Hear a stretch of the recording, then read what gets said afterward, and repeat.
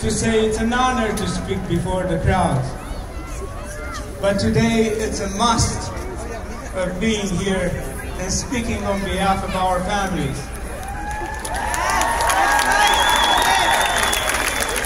I'm here on behalf of the Slavic community, and I will name just two leaders that are here with me. We have the chairman of the Slavic Pastors Association, Reverend Peter Pasechnik. We have Pastor Konstantin Bonder. We have Bishop Ivan Gavriluk. We have Pastor Vladimir Lashuk. We have media people. We have the families and we have the parents. Let me tell you a little bit about our background. When President Reagan fought hard to bring the Slavic immigrants from the former Soviet Union, we escaped the communist regime because of the religion persecutions, political persecutions, and we came to America to be free.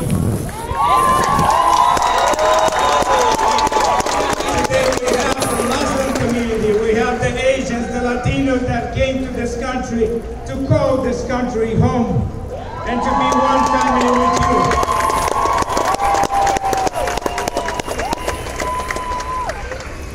I personally know Senator Richard Penn. A few years ago, when SB277 was on the floor and we had thousands of people around the Capitol, we had parents that lost their children. We had parents that, just like today, they were with the children that were disabled because of those vaccinations. I watched the senator passing by those parents on the hallway of this Capitol, laughing and smiling, taking our lives away and taking our families and our children and their future away. And this is not acceptable. Boo! When we voted for him, our state senator, we believe in his leadership. We believe in his medical qualifications. We are happy to have a doctor that will represent our families in this Capitol. And he let us down. In one of the school meetings that I attend, a county nurse shut a mother up. And when the mother was telling the story about her child after the vaccination, she said, she was born like that. This is not an issue that we'll discuss today. There are no answers for our questions. We cannot be treated like that. We stand together as a family and we'll tell Senator Penn, this is not your time. This is our time. God bless you.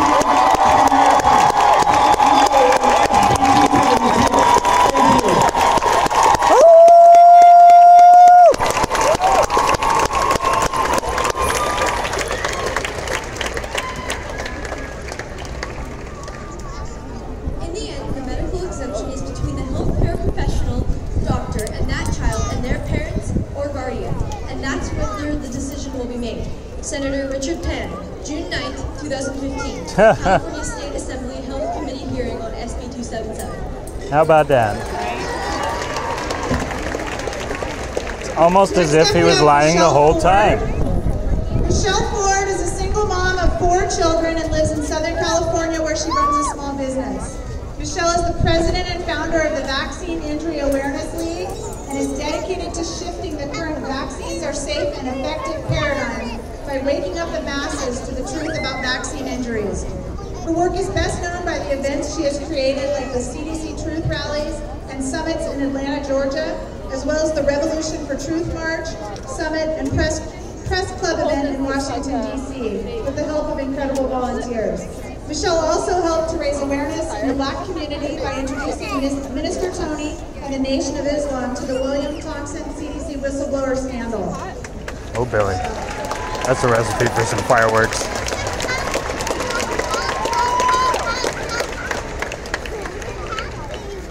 Wow! Holy smokes! This is incredible! I will never forget what it was like to come out here during AB 2109 and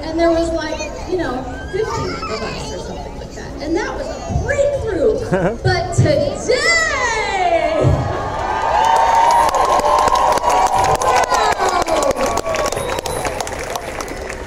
wow! So, welcome to the Slavic community. It is so incredible to have you on board, and I just want to share that that's the magic. We need communities. Are you part of a community?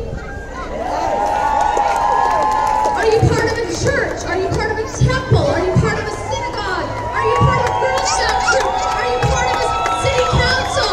Are you part of a PTA? We need everybody. Like it or not, you have been anointed. You have been anointed because this is a spiritual war. And I am proud to report we are winning. And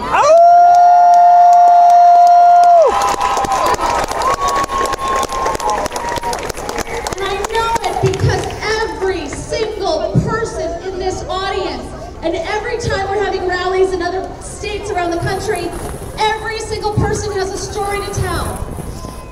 We can have a whole other HighWire show highlighting individual stories, and we could take up years. If we highlighted one person a day, we would have years and years and years of stories of vaccine injuries. And we need you to tell your stories. I know you're already doing it, by the way, because otherwise you wouldn't all be here. Someone talked to you. Someone made it safe for you to come out. Yeah.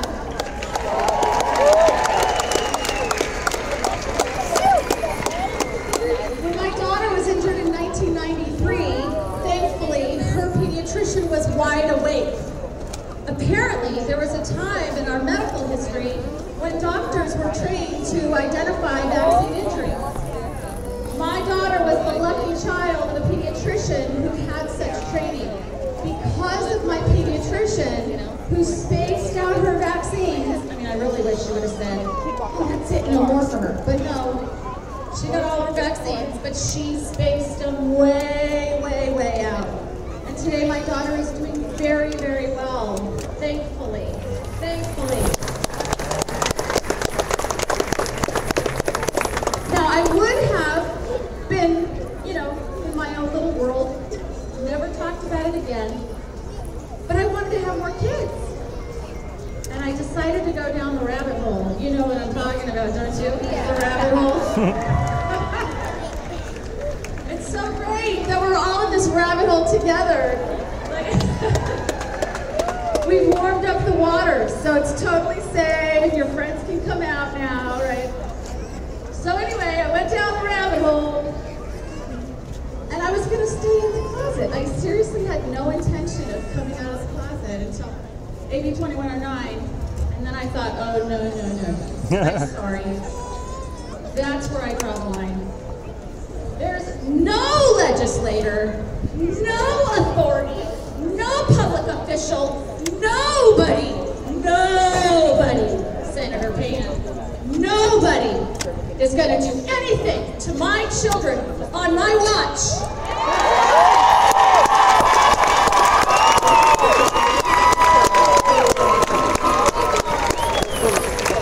Really, you feel the exact same way. Which is why we're best friends now. Here's the thing. It doesn't stop here. And I don't want to get all doom and gloom on you, but it's worse than just SB276. Are you aware that there's a synergistic bill called AB 262, which grants the public health officer the authority to control disease by any means necessary. Any means necessary. So, can you imagine if we allow SB 276 and AB 262 to pass? Yeah, we cannot allow that. We need everyone, boots on the ground, social media, up at the Capitol, in your district offices. They need to hear from us every single day.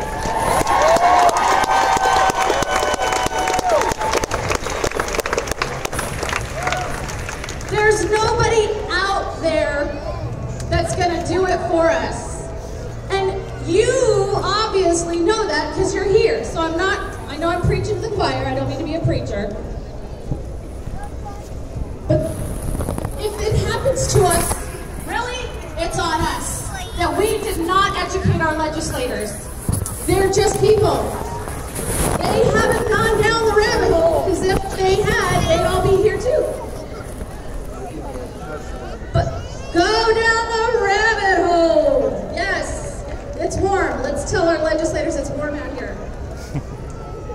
But the communities, right, there's so many people. I hear this all the time. Michelle, that's not my fight. That's not my fight. I'm dealing with chemtrails, you know? Right? I'm dealing with abortion. I'm dealing with, you know, you name it. But the reality, 5G, thank you very much. The reality is we're all fighting the same fight. Because they're a bunch of lying sacks of...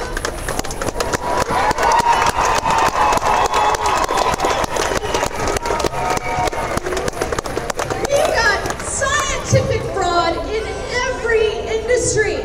Correct. Every industry. That's what we're fighting. So when you're talking to your legislators, you're talking about scientific fraud. We're talking about the corruption. We're talking about the lies and the deceit, and the American people have had enough.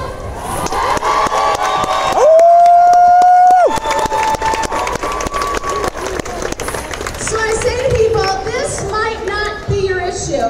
You know, vaccines might not be your issue. But it's everybody's issue. You know why? This is the great unifier. This movement, I predict, will be the one thing that ultimately leads to world peace. Because you know what? No matter what race, creed, color, religion, size, shape, doesn't matter. We're all affected because we all have kids and we're all sitting on these ridiculous laws. And we're so compliant. Aren't we compliant?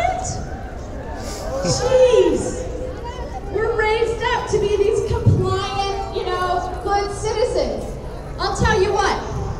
A good citizen looks like you, and you, and you, and you, and you, and you, exercising your rights, standing up for the Constitution, and not taking it lying down. Freedom! And so I close because I can see Dell is coming up next. Who doesn't love Dell? All right. I'm going to close on a couple of quick logistics. Number one, if you're on social media, please, hashtag I interrupt this program. 4-year-old boy named Caleb is lost. Oh, Caleb, come to the front. This happened the last time I spoke up here.